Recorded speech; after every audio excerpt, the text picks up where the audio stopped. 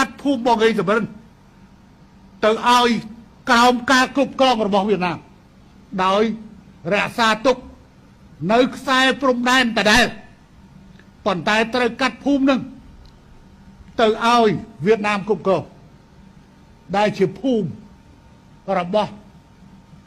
ប្រធានសភាសពថ្ងៃនេះអានឹងជាជំរើសទី1ជំរើសទី2រក្សាខ្សែព្រំដែនដដែលប៉ុន្តែរើភូមិរបស់បងហេងកម្រិតរើភូមិចេញ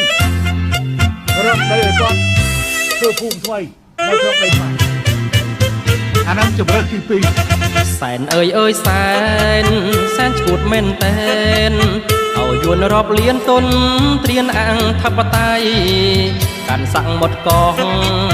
ទន្លេដែនដី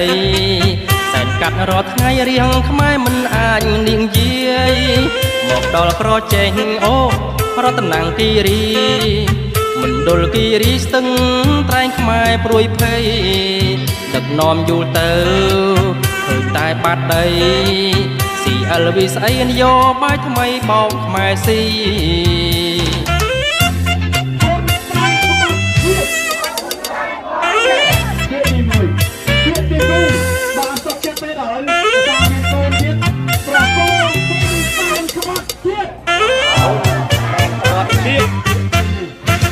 សែនដឹកនាំរត់សែនស្ទាត់ខាងចាប់រំលោភសំឡាប់ជាប់លំដាប់ VIP សង្ឃឹមពលរដ្ឋងើបសាមគ្គីដេញពោះក្បាលពីស៊ីចូលប្លន់ដីធ្លារៀងមរដងសែនជោអូដឹកនាំចង់រៃមាយាទអប្រិយអួយស្ដាយដីខ្មែរណាស់បើខ្មែរបន់ដោយឲ្យចោលកញ្ចាស់ដឹកនាំបាញ់ច្រាងជាតិនឹងវិញលៀងមិនខានឡើយ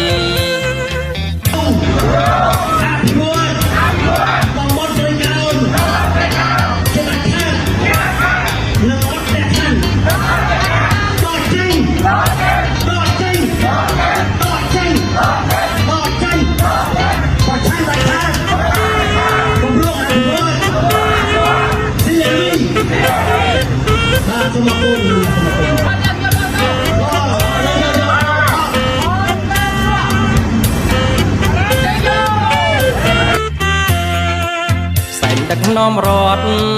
សែនស្ទាត់ខាងចាប់រំលោភសំឡាប់ជាប់លំដាប់ VIP សង្ឃឹមពលរដ្ឋងើបសាមគ្គីដេញពួងក្បាលពីស៊ីចូលប្លន់ដីធ្លារៀងមរដងសែនជោអូដឹកនាំចង់រៃមាយាទអប្រិយអួយស្ដាយដីខ្មែរណាស់បើខ្មែរបន់ដោយឲ្យចោលកញ្ចាស់ដឹកនាំបាញ់ច្រាងជាតិនឹងវិញលៀងមិនខានឡើយ